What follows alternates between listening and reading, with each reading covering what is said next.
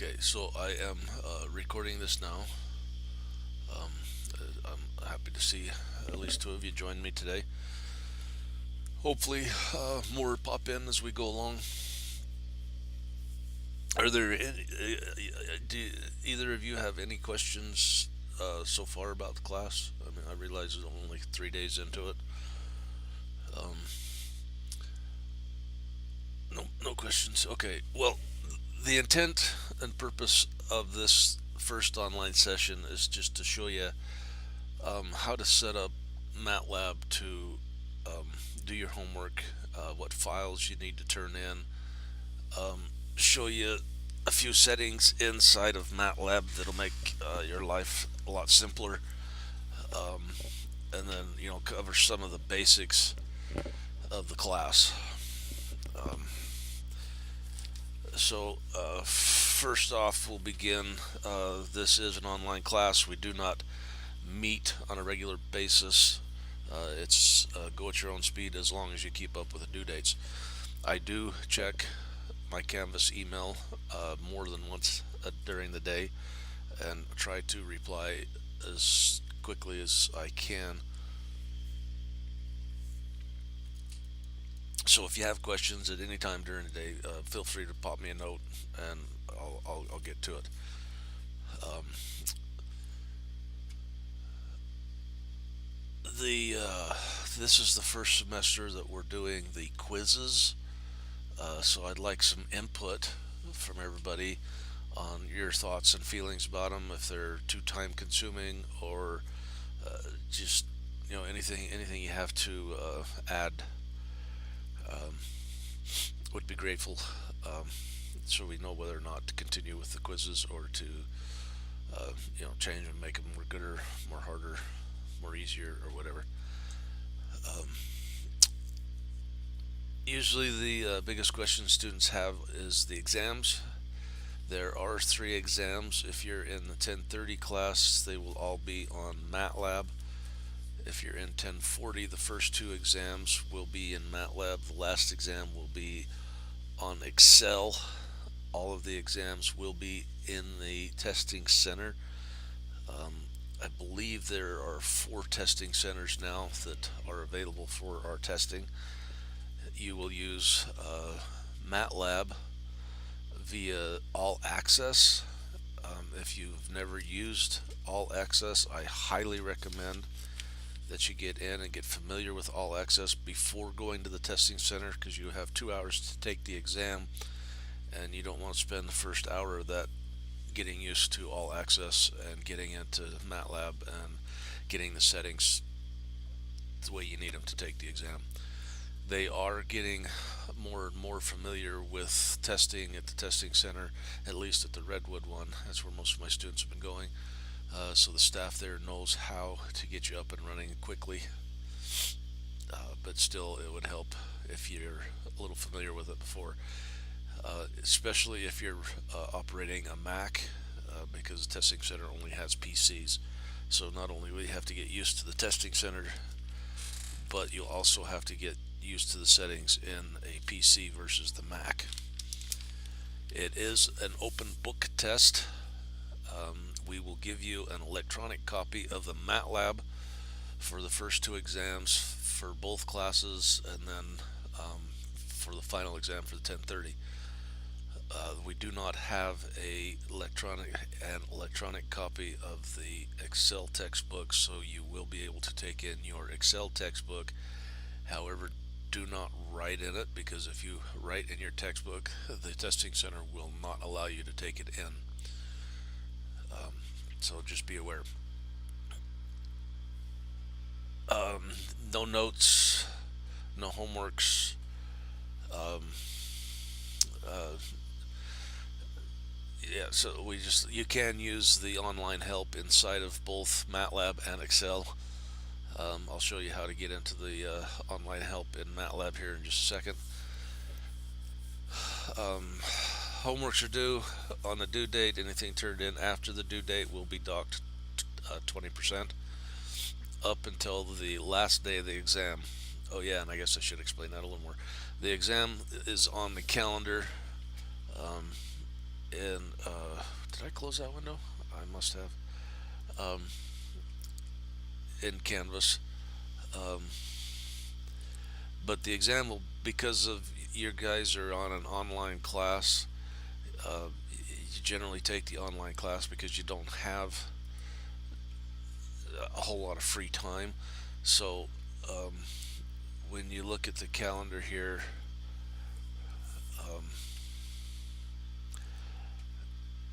you'll see here that the first exam is going to be on, it's according to the calendar, Friday the 16th. However, it will be available in its testing center for the entire week from Monday the 12th to Friday the 16th. So you'll have 5 days in which to go in and find a time that fits your schedule so that you can take 2 hours out of your day to go in and show me that you know everything about MATLAB. If you're in 1040, the Excel final does not include MATLAB. It is only Excel.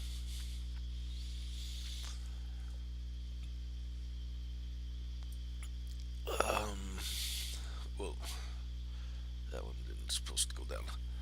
Okay, so this is a MATLAB, and I'm guessing y'all had a chance to get into MATLAB and hopefully work on it a bit because I think you've had, well, at least the quizzes were due. So how um, what I'd like to show you here is how I'd like to see the homework set up. First off, you want to start with a new script file. So you can just click on the new script file on that button. You know, if you don't have one already open here, just click on the new script file, or you can do a Control N. We'll open it up another one, and once this is open, you can hit this plus mark right here. We'll open up another sheet, or you can go to Home and New Script. So there are several ways to open new script files. Where do you want to save these? Okay, first off, and most importantly, when you're operating in MATLAB, the first place MATLAB goes to look for functions or data files or anything else is the default folder, which is going to be the current folder. And you have the ability to change the location of the current folder. So if you have a specific place on your hard drive where you want to store all of your MATLAB homework, you can set your current folder to that folder, and I just happen to have one on my desktop. So you can get there two ways. You can hit this button right here, which will take you up one level at a time till you get to where you want to go, or you can hit this one next to it with the green down arrow, and it'll open up this window, and then you can just navigate. And of course, this is on a PC, not a Mac, to where you want to go. So on my desktop, I have a MATLAB Online. I'll select that folder, and now this will shows me all the files that are in that folder. This is good to do for, like, say, when we're uploading data files into MATLAB, because I mean, you can specify a path to a folder that is not in the current folder. However, if you specify that on your computer and then I try to grade your homework, well, that file doesn't exist on my computer and it won't run. So we need to make sure and stay with the default folder, which goes to the current folder. And it also makes it really nice and easy when we get into the chapter on user-defined functions, because MATLAB will go to the current folder to look for your functions, and if they're not there, it will throw up an error. Okay, so we've got we have an M file open now, and this is called an M file because when it gets saved, it comes up as a .m. So now to do your homework inside this M file, it's best and easiest for those who are grading it if you operate in the cell mode. MATLAB has a cell mode where you can execute all the code within a single cell without executing the entire document. And that makes the grader happy, and we all know that a happy grader is a happy person, and that makes our life so much easier. So to create a cell, obviously the first one we don't need, so you can put your um, comments up here, and then to create a cell you put 2% signs followed by a space, and then you can put in your problem number. And you'll notice here, I don't know if you can see this, but this is a different color than up here because this is a different cell. So if we put R equals 9 and come down here and do another cell, and do Y equals 5. If we come up here now, if we execute this cell, we'll see here in my command window, if I execute this, now to execute this cell you go into the editor tab, and you can execute this in several ways. One, you can right mouse click and come down here, where is it, somewhere in here there is supposed to be an execute cell.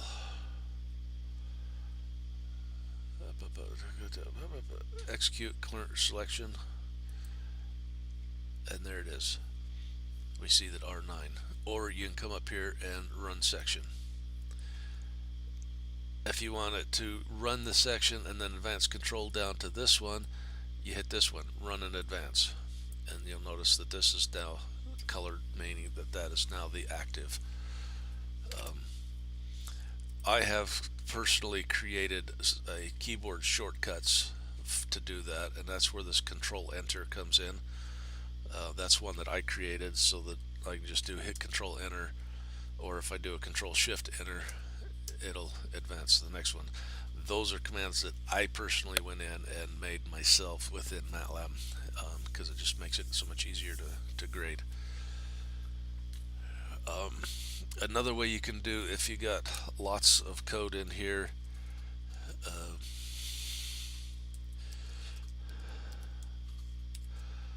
and you don't want to execute all of the code, just part of it,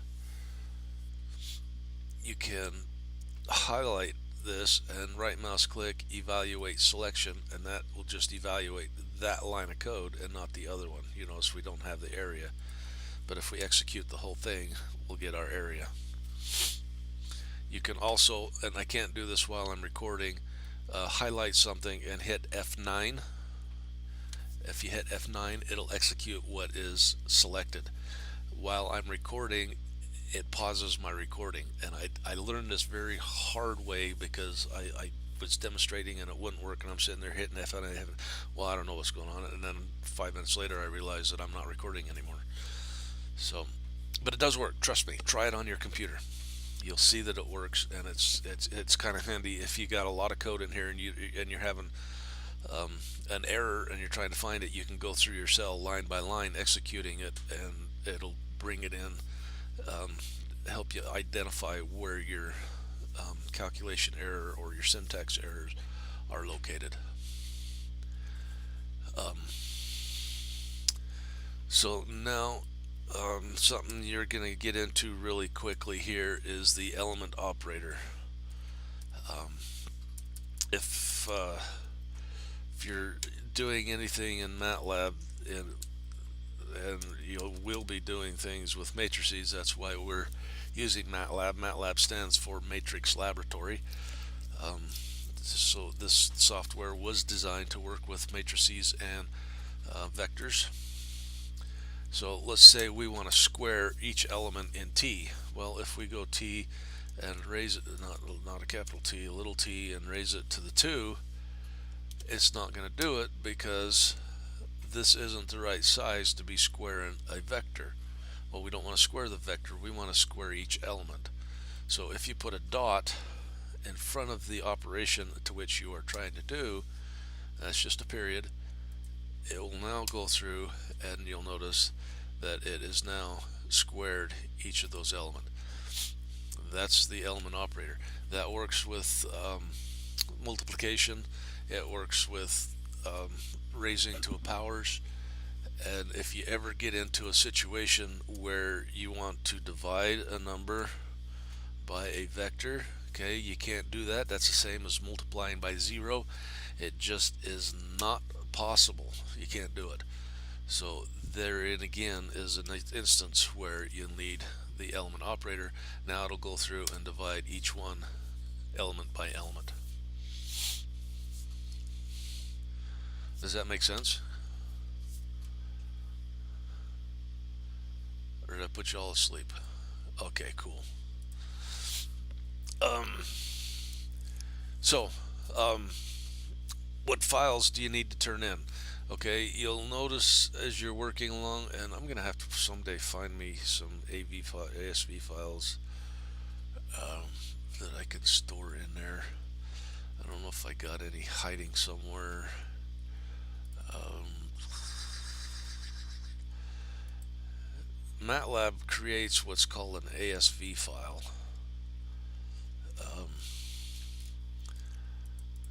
uh, and I don't see one.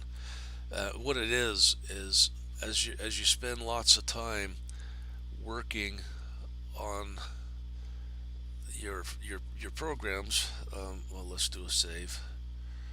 Um, um, um, let's see. Oh no, this is spring 2018. Okay, you see that brought that in there as a script file. Um, as you're working here after an extended period of time, it'll create an ASV file, which is an automatic backup file.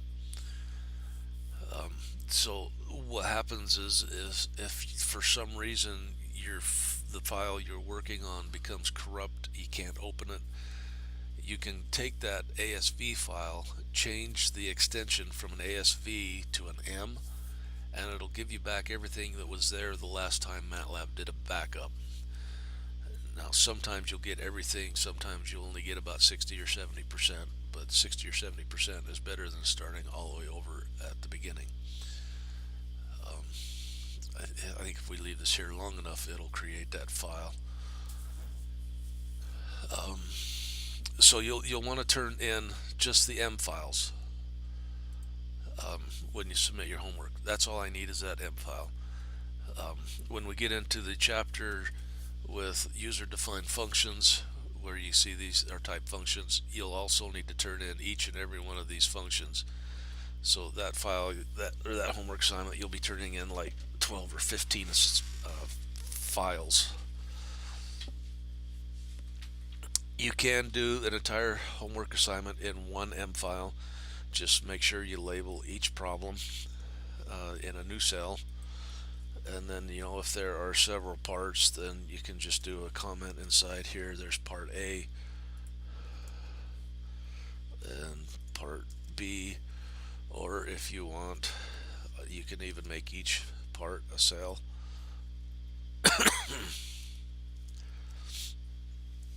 Whatever makes you happy, just as long as each problem is properly identified.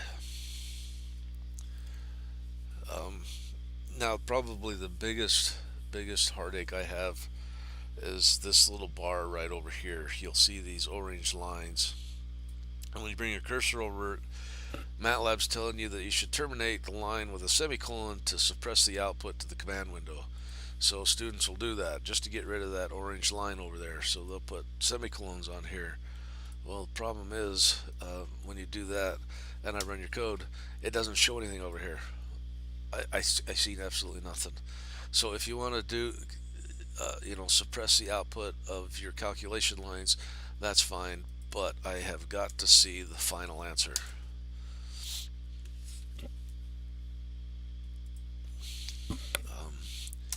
If you want to start, and this probably a good habit to get into. On each new problem, start it off with a clear. What that'll do is, if we look at our workspace over here, I've just got two. Let's put another one, and let's put these over here. So we got all these here. A clear will just take and clears all those variables out.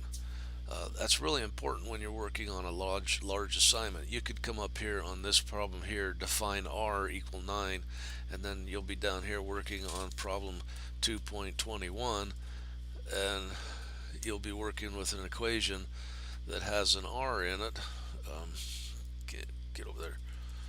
Um, K equals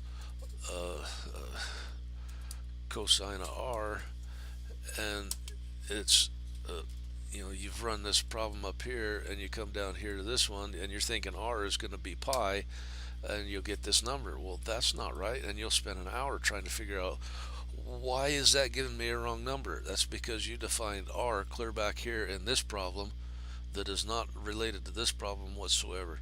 So if you start this problem with a clear, it'll come get it. Oh, R's not defined. Oh, okay. Oh, silly me, I forgot to define R. So it'd be a good habit to get into to put a clear at the beginning of each and every problem, unless, let's say, problem 2.21 worked off of problem 2.3. If it's a continuation, then you don't have to use a clear. Well, you don't have to use it at all. It's not required. I'm just trying to teach you a little good programming sense. If you want to keep your command window nice and clean, you can start your problem with a CLC that clears the command window. However, I've had students, for some reason, I'm not sure, put it at the end of the problem, which shows me nothing. So if you want to use a CLC, please do it at the beginning of your problem, not at the ending of it.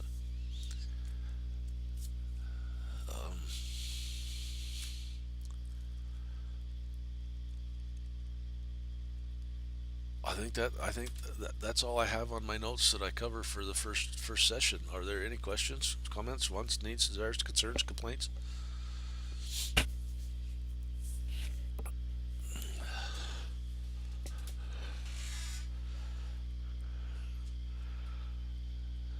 You get first homework already done?